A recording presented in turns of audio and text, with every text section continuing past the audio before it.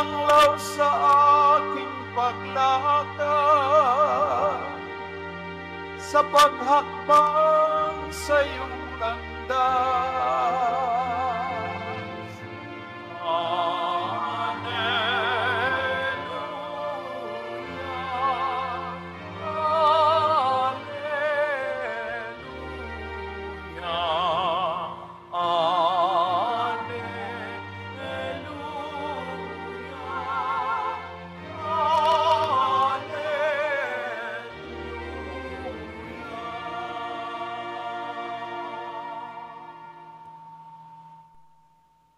Sumainyo ang Panginoon at sumaiyo rin ang mabuting balita ng Panginoon ayon kay San Mateo. Papuri sa iyo, Panginoon.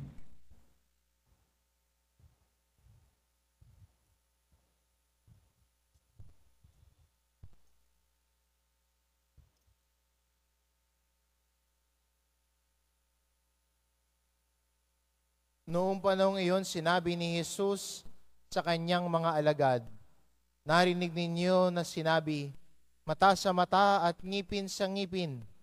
Ngunit ngayon sinasabi ko sa inyo, huwag ninyong labanan ang masamang tao. Kung may sumampal sa inyo sa kanang pisngi, iharap mo pa sa kanya ang kabila. Kung ipagsakdal ka ni numan upang makuha ang iyong baro, ibigay mo sa kanya pati ang iyong balabal. Kung sa pilitang ipapapasan sa iyo ng manlulupig ang kanyang dala ng 1 kilometro, pasanin mo ito ng 2 kilometro. Magbigay ka sa nangihingi sa iyo at huwag mong panghindian ang nangihiram sa iyo. Ang mabuting balita ng Panginoon. Pinupuri ka namin, Panginoong Hesukristo. Magsiupo muna tayong lahat.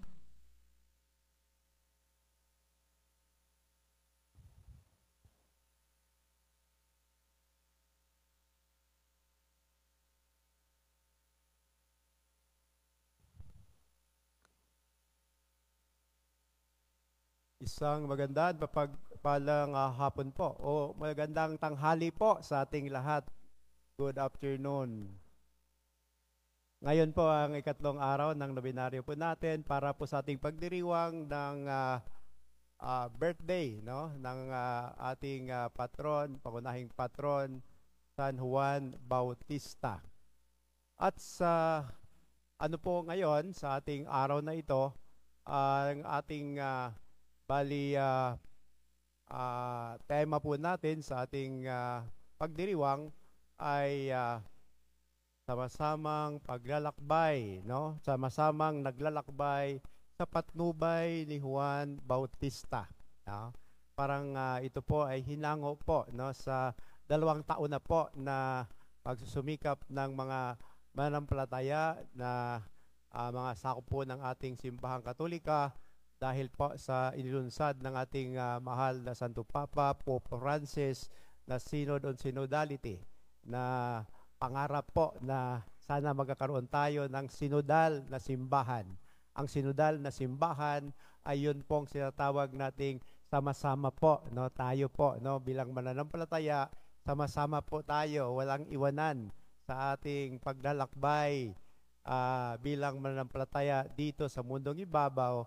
At ang layunin po nito na maranasan natin ang langit dito na po sa lupa. Maranasan natin mga kapatid ay yung pong mga bertod natin na mga bertod bilang mga Kristiyano, bertod mga kapatid na sa pakikinig, listening, ang ating bertod mga kapatid na pagsusumikap na magbigayan, magmahalan, may malasakit sa isa't isa bilang mga kawan ng Diyos. Kasi kung sinasabi nating simbahan, hindi lamang po itong gusali mga kapatid na nandito po tayo, ito po ay isang gusali na bato na tayo po ay narito upang magdarasal. Napaganda po itong ating simbahan, pero hindi po ito ang simbahan. Ikaw, sister, brother, tayong lahat, tayo po ang tinatawag na simbahang buhay. Simbahan po tayo. Kaya nga tayo naglalakbay sa ating buhay, no? Pero isa po sa mga hadlang, no, ng isang sinodal na simbahan na magkaroon tayo na sama-sama po na paglalakbay, ayun pong ating tinatawag na mga bilang mga tao po na may ugnayan tayo sa isa't isa, no? Nakikipagkapwa tayo. So minsan sa salita at gawa ay nakakasakit tayo. Kaya nga mga kapatid, dito sa ating mga pagbasa ngayon, ito po ay patungkol po, no, ng tema po ng paghihiganti, no? Ano ba ang sinasabi una sa Matandang Tipan patungkol sa paghihiganti? Ano po ang sinasabi ng Panginoon Hesus, no, sa Bagong Tipan ng tinatawag nating paghihiganti? Ano naman po ang sinasabi po ni Juan Bautista, no, bilang ating patron? Siguro ito po at ating iugnay po ito sa tema po ng sinodo, no? Pagiging mga manampalatayang naglalakbay, no, sa patnubay ni Juan Bautista. Mga kapatid, sa ating Ebanghelyo ngayon, narinig po natin ang sinasabi po, ngipin sa ngipin. Parang kayo ngayon, nagugutom siguro kayo, no? Okay. Mata sa mata, ngipin sa ngipin, no? Pero hindi po 'yon. Ang total po noon, no, from the Old Testament mula po hinango po 'yon sa aklat po ng Deuteronomio, chapter 19 po 'yon, verse 16 to 21.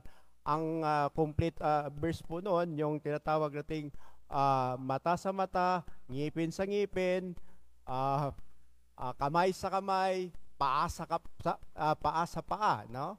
So, kung tutuusin mga kapatid, dito, itong tinatawag nating law of retaliation o yung batas ng paghihiganti na may ilan din po nagsabi, this is the law of the jungle.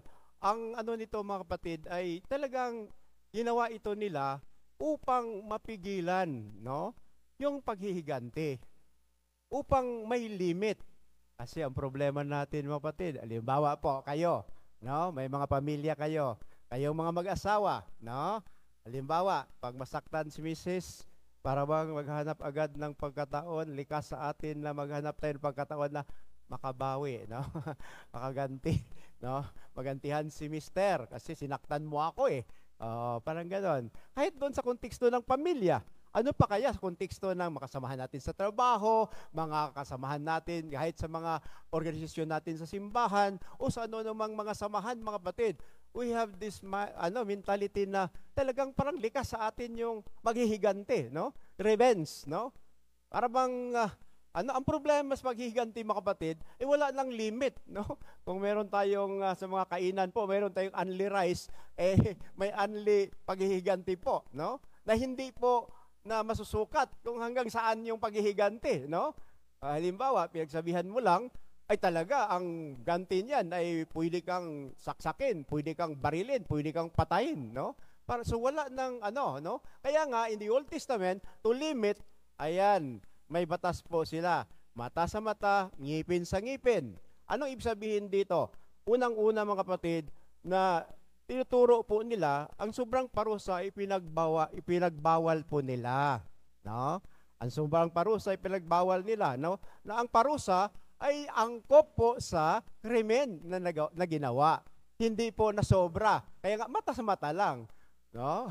Mata sa mata lang, no? Kung halimbawa nasaktan mo sa salita, ay salita lang. Huwag nang yung bang saktan physically, no? Mata sa mata lang. Kung ngipin ang tinanggal mo, ay di ngipin din tatanggalin mo, no? Parang ganun lang, no? May limit. Walang unli po dito sa paghihiganti. Yun ay tinuturo in the Old Testament, my brothers and sisters. Pero ang layunin nga po, na para na ang parusa ay angkop lamang po sa krimen o sa masama na ginawa, no? Ikalawa, upang ang kasamaan ay maiwasan. Na parang deterrent ito sa English, no? Parang deterrent, parang mapigilan yung yung sobrang paghihiganti, no? Para kasi nakakatakot, no? Kung halimbawa ang gagawin mo sa iyong kapwa, gagawin din sa iyo. Ayan. At yun pong personal din po paghihiganti, pinagbawal din po, no? Hindi lang yung sobrang parusa ipinagbabawal, pati na rin po mga kapatid, yung paghihiganti ay ay pinagbawal nila. Kasi sabi nila, hayaan na ang korte. Hayaan ng korte, no, na magdesisyon, gagawin ang kanilang trabaho, na maghatol ng tama at makatarungan, no? Parang let the court decides. Huwag na ikaw, huwag na maghihigante. Parang 'yon ang sinasabi sa Matandang Tipan. Mga kapatid, ano naman po ang pananaw, mga kapatid, ng Panginoong Hesus diyan sa unang sa tinatawag nating New Testament? Iba ang tinuturo ng Panginoong Hesus. Yan ang binasa natin ngayon sa ating banal na ebanghelyo. Sabi ng Panginoong Hesus, narinig ninyo nung una, mata sa mata, ngipin sa ngipin. Pero ngayon, sabi niya, huwag ninyong labanan ang kasamaan. No? Huwag labanan ang kasamaan. Parang sasabi natin, ano ba to si Hesus? Pasibist ba ito? Yung talagang parang pinapatahimik lang tayo? Na parang huwag kang parang pabugbog lang ito kung sa ito? Parang yung mga bida sa palabas ng sine, mga kapatid, na pabugbog lang ba ito? Hindi po. Dahil ito po ang tinatawag ng Hesus na radical love. Pag-ibig, mga kapatid. Pag-ibig. Kaya nga sabi niya, kung may sumampal sa iyo sa kanang kamay, iharap mo pati yung kabilang sumampal sa kabilang pisngi, iharap mo yung kabila, no? Parang tayo, mga kapatid, nung narinig natin 'yon, parang pag may sumampal sa akin, tapos sampalin dito sa kanan, iharap ko yung kaliwa, ganon. Ay nako, parang hindi ata 'yon tama . Siguro pag sampalin ka, yun na nga po, mga kapatid . Tayo, mga kapatid, hadlang yun sa pagkaroon ng komunidad, sa sama-sama nating paglalakbay. Ito, mga kapatid, yung nasa atin, na parang likas sa atin na parang gumanti agad, no? Parang kung sampalin ka sa pisngi, sa kanang pisngi, ay talaga suntok ang mo, no? Parang suntok ang kapalit niyan, no? Parang hindi ka mga kapatid, na itong sinabi ng Panginoon Hesus, iharap mo rin yung kabilang pisngi, no? Kung ipagsakdal ka at ninuman, no, upang makuha ang iyong baro, ibigay mo pati yung balabal mo. Noong, mga kapatid, ang konteksto po noon na yung balabal, mga kapatid, protection po nila yun, no? Kung tag-init, mga kapatid, yun po ang proteksyon nila sa init. Pag taglamig din po, yun ang proteksyon nila sa lamig. Pagkatapos ibigay mo pa, para bagang sobra naman ata, no? Magbigay ka sa mga naghihingi sa iyo at huwag mong paghindian ang mga naghihiram sa iyo. Pwede ba yun? No? Sabi, Father, kung ganun, Father, manghihiram na lang ako na manghihiram sa lahat ng kapitbahay, Father. No? Hindi na ako magtrabaho, maghihiram na lang ako. Anyway, ang ating prinsipyo sa bilang Kristiyano ay huwag nang babayaran yung hinihiram, no? Kung sa pilitang ipipapasan sa iyo ang mga manlulupig ang kayang dala ng 1 kilometro, pasanin mo ng 2 kilometro. Kasi nung una, mga kapatid, lalo na yung mga sundalong Romano, mga kapatid, na mananakop doon sa Israel, mga kapatid, according sa batas nila, mga kapatid, may karapatan silang utusan. Yung mga Hudyo, inuutusan po sila, pasanin yung kanilang dala na mga bigat na mga kargamento nila, ipapasan sa iyo for 1 kilometer alone. Yun ang batas nila. Pero sabi ng Panginoon, ay hindi lang 1 kilometro, walk extra mile. Sa buhay natin, mga kapatid, walk extra mile. No? Sabi ng Panginoon, ito nga ang radikal na pagmamahal. So ang itinuturo sa Bagong Tipan, mga kapatid, kakaiba sa itinuturo ng Old Testament, mga kapatid. Kaya nga, bago ito . Sabi ng Panginoon, narinig ninyo nung una, ito na ngayon, no? Radical love, pag-ibig po, no? Mahirap tanggapin, mga kapatid. Pero tandaan natin, may mga santo tayo, may mga santa tayo, may mga banal tayo ng mga martir, mga kapatid. Sa San Juan Bautista, yan nga po . siya po ay isang martir rin po ng pananampalataya. No? Ninindigan siya bilang isang propeta. Dahil po ang ating ngayon na kung hadlang ang paghihiganti mga kapatid sa isang sama-samang paglalakbay mga kapatid, sa patnubay po ni San Juan Bautista, tingnan natin si San Juan Bautista mga kapatid. Ano naman po sinasabi ni San Juan Bautista mga kapatid? Isang banda ng Ebanghelyo mga kapatid, ni San Lucas mga kapatid, si San Juan Bautista, dahil siya'y nagtuturo doon sa ilang na lugar bilang isang propeta, the last prophet in the Old Testament, at isang propeta din po ng bagong tipan mga kapatid, no? Na naghahanda sa daraanan ng Panginoon. Maraming mga tao na lumapit kay Juan Bautista upang magpabinyag. Iba't ibang uri ng mga tao mga kapatid. Bakit? Gusto nilang magpapabinyag, no? Ang panawagan ni Juan Bautista ay pagsisihan, talikdan ng lahat ng makasalanan, no? At magbabagong buhay. Magbabagong buhay, mga kapatid. Yun ang mensahe ng So, mga kapatid, napaka-importante po yun sa isang sama-samang paglalakbay bilang isang sinodal na simbahan. Yun pong tinatawag nating pagbabagong buhay, no? At anong sinabi ni Juan Bautista patungkol po dito, mga kapatid? Ang sinasabi ni Juan Bautista, mga kapatid, sa mga tao, iba't ibang uri ng mga tao. Unang, ang lahat ng mga tao, mga kapatid, ang sabi niya, kung ganon, ano ba ang gagawin namin? Ano ang dapat naming gawin? Yun po ang tanong ng lahat ng mga kapatid, ng mga tao na nakikinig kay Juan Bautista.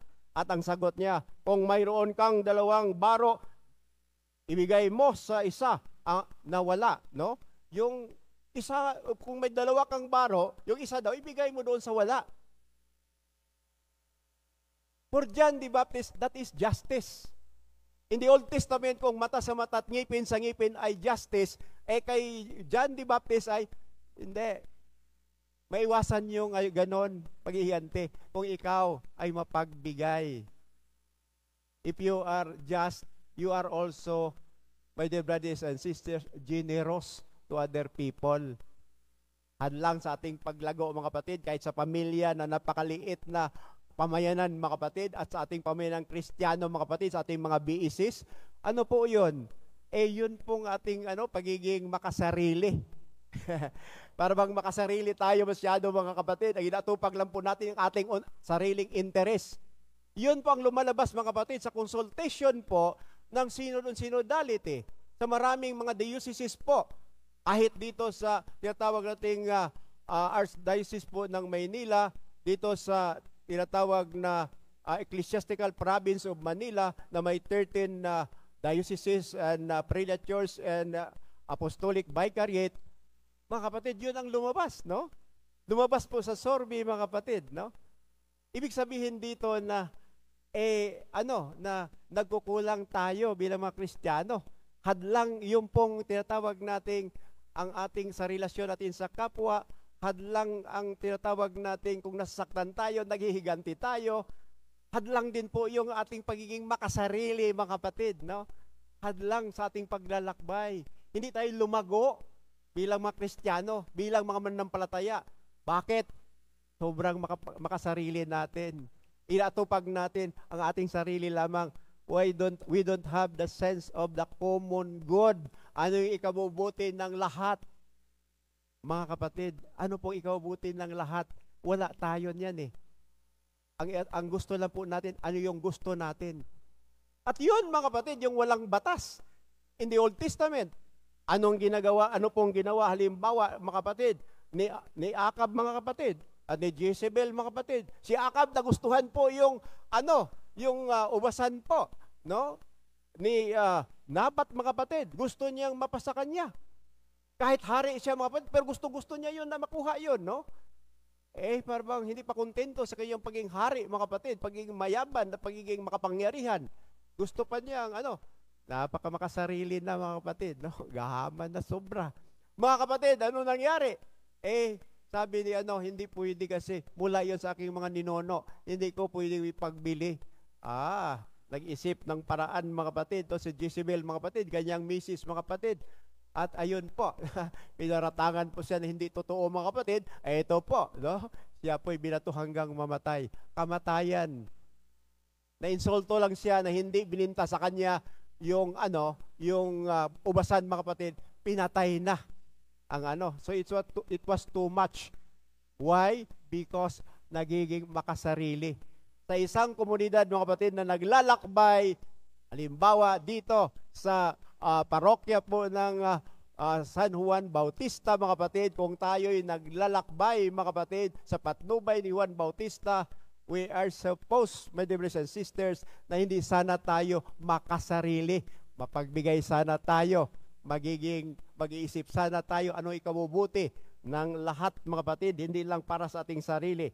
Lumapit sa kanya ang mga kapatid, yung mga publikano, yung mga niningil ng buwis. Sabi niya, huwag sumingil ng higit sa dapat singilin, maging makatarungan sa inyong paglalakbay sa buhay. Mga kapatid, sa ating paglalakbay sa buhay, minsan nanlalamang tayo ng kapwa.